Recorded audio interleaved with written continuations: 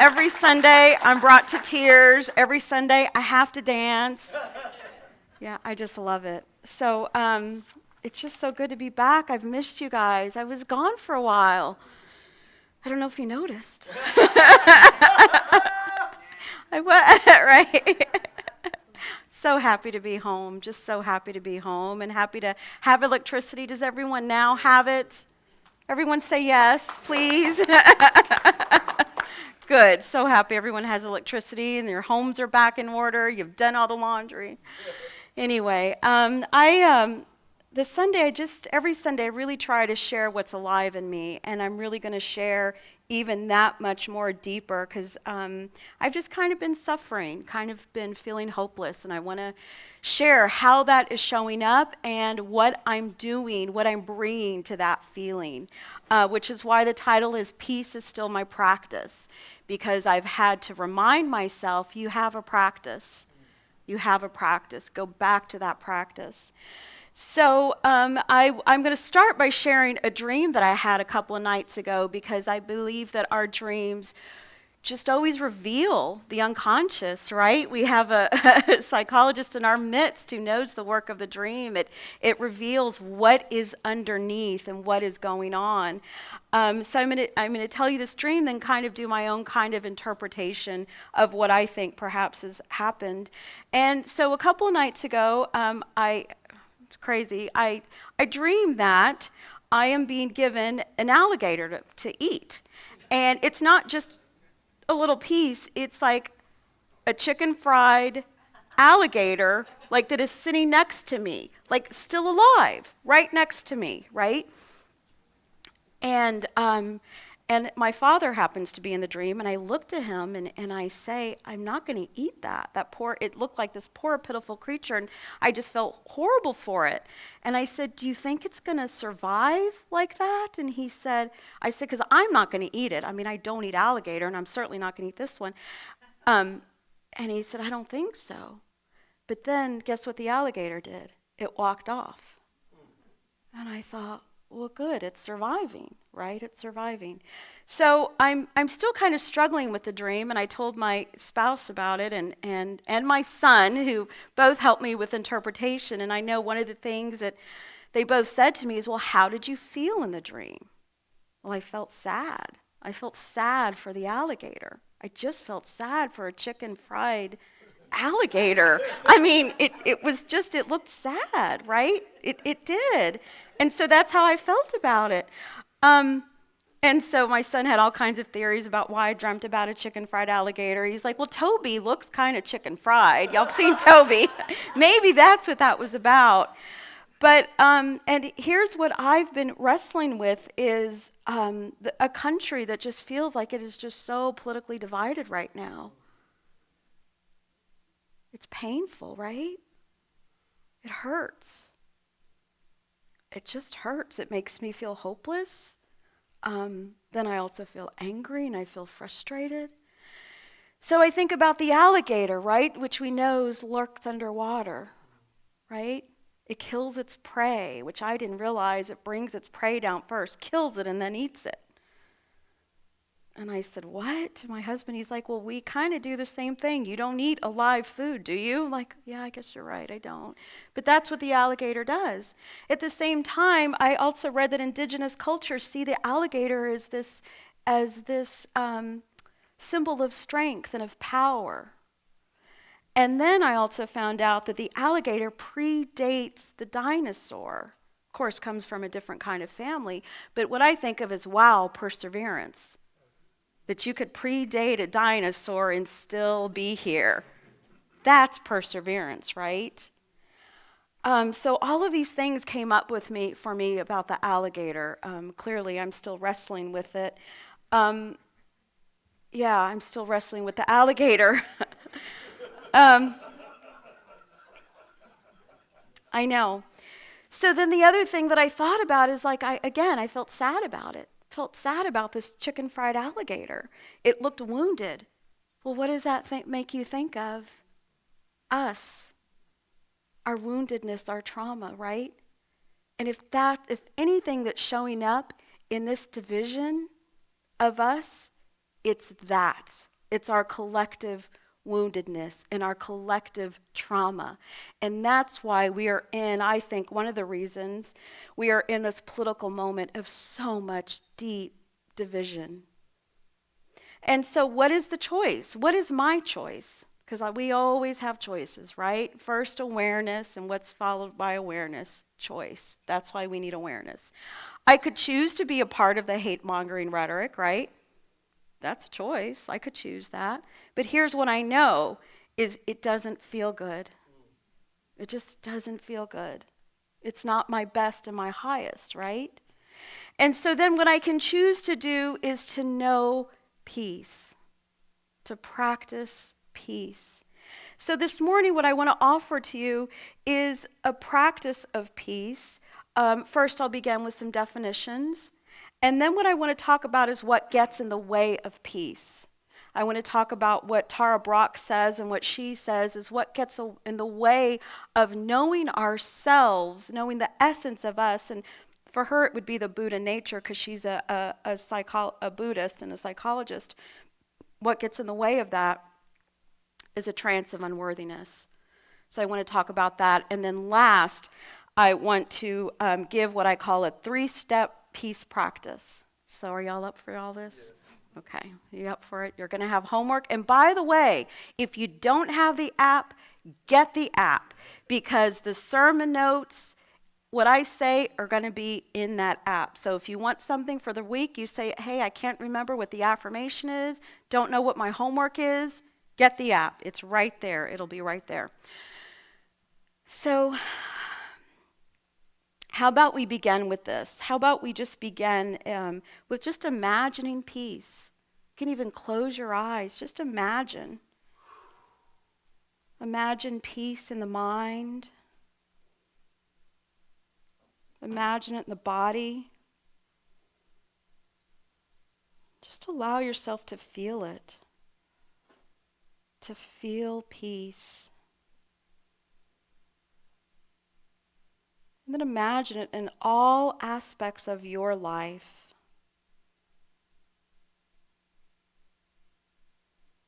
And even see what it looks like. What does that look like to have peace in every aspect of my life? In my mind, in my body, in my relationships, in my home life, my work life. Just imagine that. And because we're audacious, we're bold, and we know the power of imagination, let's take a moment and imagine world peace. And what does that feel like? To know that all countries are in harmony with one another, all peoples are in harmony with one another. All people have exactly what they need to live purposeful and fulfilling lives. What does that look like? We are audacious and we imagine. And so what I also want you to take into this moment an affirmation that you can use now and all times, and that is, I am infinite presence expressing peace. I am infinite presence expressing peace. And then one last time, Charles Fillmore always asked us to say affirmations 3 times. And when you say it to yourself, you say it with, or even out loud, with joy, with excitement, you put emotion behind it. That emotion of knowing that it is absolutely true. I am infinite presence expressing peace. And allow those words to just have their way with you. And when you're ready, come back to this moment and let me know, how does that feel? Right? Especially the imagining part, right? Just creating it, imagining peace. That's where we start. So I want to begin with a definition of peace, and I'm going to share with you a definition that I have from a refrigerator magnet. Now, Unfortunately, I forgot the magnet, but I do have the quote, and it is, "It does not mean to be in a place where there is no noise, trouble, or hard work. It means to be in the midst of those things and still be calm in your heart." Right? So this magnet actually still is on my refrigerator, and I meant to bring it. But anyway, and when I bought the magnet 14 years ago, I was like, what? I was dumbfounded. Because I, at the time, thought, wait a minute, doesn't peace come when everything else in my life looks like peace? I know, right? I was that naive. I was, right? When I get this or that accomplished, then I'll have peace. When this person acts this way, then I'll have peace. Have anybody of you ever feel that way? When my mom stops criticizing me, I'll have peace. That's me, right? By the way, she's not going to change. I mean, I love her as she is, and that's not going to change, right? I have to do the work. I have to do the changing. So that's one definition of peace. Another definition of peace is Charles Fillmore in the Revealing Word, which, by the way, this is a dictionary of his metaphysical terms. I think I've shared it with y'all before, our co-founder. And so, I mean, that's exactly what it is. It's a dictionary. It tells you everything. What's the Bible? What's the atmosphere? What's everything? So everything that he felt like he needed to define, right? So he says that peace is harmony and tranquility derived from awareness of the Christ consciousness. It's harmony and tranquility derived from an awareness of Christ consciousness. And then he quotes John 14:27, which was one of my absolute favorites, and that is, "Peace I leave with you, my peace I give unto you." Peace I leave with you, peace I give unto you. That was always my favorite part of a Mass when I would go to Mass. Peace I leave with you. I see other Catholics nodding their heads. Peace I give unto you. And that continues to be one of my practices. Is I sometimes will go into meditation and just imagine Jesus handing me peace, right? Because he's giving it to me. But what do I have to do? I have to receive it. I have to be willing to receive it. And if Jesus works for you in that, that's fine. If not, another ascended master and even an ancestor go into meditation and imagine handing you peace. Because if you have an ancestor that has made their transition, you know that that is exactly what they're doing, but living in peace. And you know that's exactly what they're doing, is handing you peace. So ours is to accept it.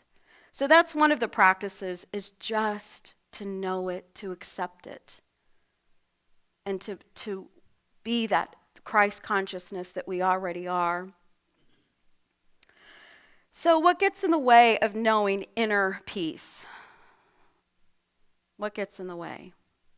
I'm going to share with y'all what gets in my way. How about that? So Wednesdays, is Sacred Circle, and we started a new book, and it's called Radical Acceptance. And it's Tara Brach, who I mentioned earlier, is a psychologist and a Buddhist. And she's written several books. This one, I think, has already been in print like 20 years or 25 years, something like that. It's been a while. And it's called Embracing Your Life with the Heart of a Buddha. So Tara Brach got her degree in psychology and political science and then moved into an ashram. And she would get up really early in the morning. They would have to, right, and do yoga, and they would meditate, and then they would have to, clean. And in the beginning, she would just think that she was always falling short. She wasn't doing it good enough. And then she came to a point, because she would always compare herself, then she came to a point where she's like, oh no, I'm doing it really well. I'm doing it better than others, right? So it was always living in this place of comparison is what she was doing. And then she found insight meditation, which is also called Vipassana, which is something that I do in our meditations. It's to see clearly. It's to see what's going on in the mind, what's going on in the body, just to be aware, right? It's just awareness. And so what this book says is it asks us to just be aware of what thoughts are we thinking. What are we thinking around our body, around our mind, around our lives, around our behaviors? Just what is it? What are we holding? Because what she says is that we live in this, and it came out of her practice, is that we live in this trance of unworthiness. Does anyone relate to that? Trance of unworthiness, right? And here's the thing. Radical acceptance. It's the idea that you accept it, whatever it is. It just is. You accept it. You accept it. I know, right? That seems hard, but you do. Because the thing is when you accept it, what's going to happen? You're going to love yourself, right? You're going to practice loving yourself. And even better than that, you're not going to disown it. You're not going to project it onto others, right? That's what I mean about the collective woundedness and trauma. That's what it is. It's getting projected onto others because I have a hard time owning it myself. And I can give you an example. When I was in school, we had classes on emotional awareness. Yes, we did. And we would have to write down those things that we did not want to accept about ourselves. So one of the things on there was, I am stubborn. Because I am. Our board president will tell you that I am. Because she reminds me often. Yeah, I'm stubborn. So we would sit with a partner and they would sit down and tell us all those things that we don't want to hear about ourselves or own about ourselves. It was hard. I was reminding my friend, when I was at convention, I was reminding her, do you remember that time we sat together and you looked at me in my eyes and said, you are stubborn? And I had tears in my eyes. She's like, I do. Because she had a hard time telling me these things. But here's the thing, the more you own it, it's like, guess what, you guys? I'm stubborn. Did you know that? Well, you know it now, right? I'm stubborn, because I know I'm stubborn. So the beautiful piece is when somebody else comes to you and they're stubborn, you're okay with it. Why? Because I'm okay with my own stubbornness. So when my kid comes to me and he's stubborn, I'm like, guess what? I am too. And he's before said to me, hey, Mom, you're stubborn. Yeah, I know. You're right. It just takes that away. You notice that? That charge, it just goes away. We own it. We own whatever it is. So that's what she recommends that we do. We own whatever it is. So if you're open and willing, here's the other piece I wanted to say. What she says about this idea of this trance of unworthiness or not wanting to accept everything we are or reject it. It reminds me of what Reverend Dr. Martin Luther King says. We are at civil war with ourselves. Remember that? We are a divided self at civil war with ourselves. Look at the political moment. It's only a reflection of that, right? It's a reflection of our divided self. So if you're open and willing, I'm going to ask you again to close your eyes. I did this with Wednesday night, and it was so powerful, and I'll just do this shortened version now. And she asks these questions, and I'll just ask a couple. And one of them is, do I accept my body as it is? Do I accept my body as it is? Do I blame myself when I get sick? Do I feel like I'm not attractive enough? And just remember to breathe. And then do I accept my mind as it is? Am I critical of myself for having obsessive thoughts? Of not being intelligent enough? Interesting enough? Just allow yourself the spaciousness with that, with whatever comes up. Do I accept my emotions and moods as they are? Is it okay for me to cry? Is it okay for me to feel vulnerable? Do I condemn myself for getting depressed? For being irritable, anxious?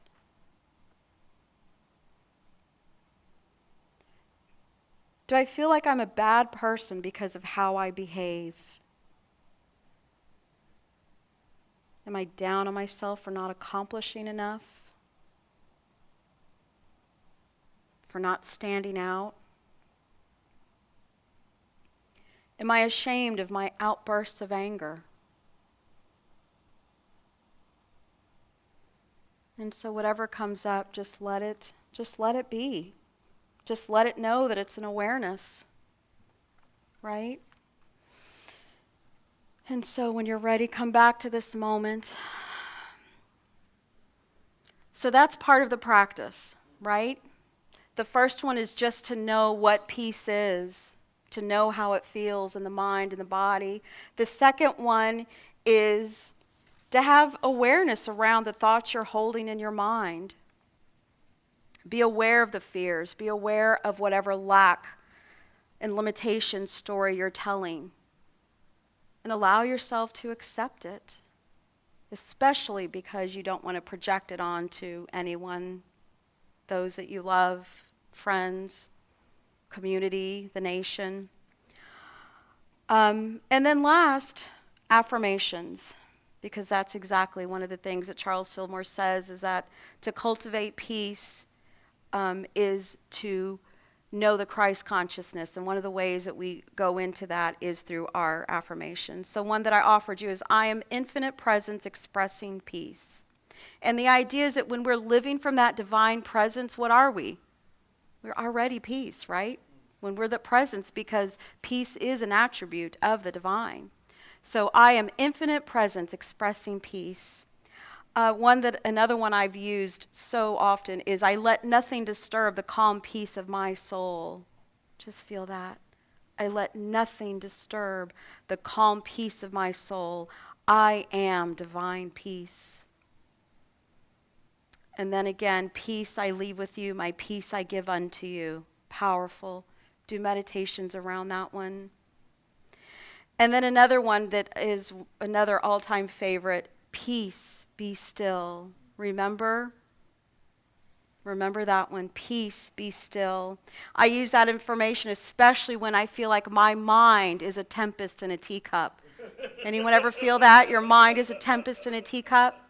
That's the perfect one. Peace, be still. It invites the mind into that. So that's the practice. And again, if you have the app, you'll see that on the app. So I want to conclude with Reverend Ted Loader. He was a minister for more than 30 years of First United Methodist Church in Pennsylvania. He marched with Reverend Dr. Martin Luther King Jr. in the 60s. He opened his church as a public sanctuary. He did so many different things, and he's a well-known author. And this poem, I think, really speaks to this moment. And it is, I need to breathe deeply. Eternal friend, grant me an ease to breathe deeply of this moment, this light, this miracle of now, beneath the din and fury of great movements and harsh news and urgent crises. Make me attentive still to good news, to small occasions, and the grace of what is possible for me to be, to do, to give, to receive, that I may miss neither my neighbor's gift nor my enemy's need. Precious Lord, grant me a sense of humor that adds perspective to compassion, gratitude that adds persistence to courage, quietness of spirit that adds irrepressibility to hope, openness of mind that adds surprise to joy, that with gladness of heart I may lock arm in arm with the one who saw signs of your kingdom in salt and yeast, pearls and seeds, travelers and tax collectors, sowers and harlots, foreigners and fishermen, and who opens my eyes with these signs and my ears with the summons to follow to something more of justice and joy. Isn't that beautiful? So may we lock arm in arm with the one who sees signs of the kingdom, right? May we be that kingdom. May we know that we are that kingdom. And as we know that we're that kingdom, may we always, always, always imagine peace. Know that I love y'all so much. I encourage you and I support you.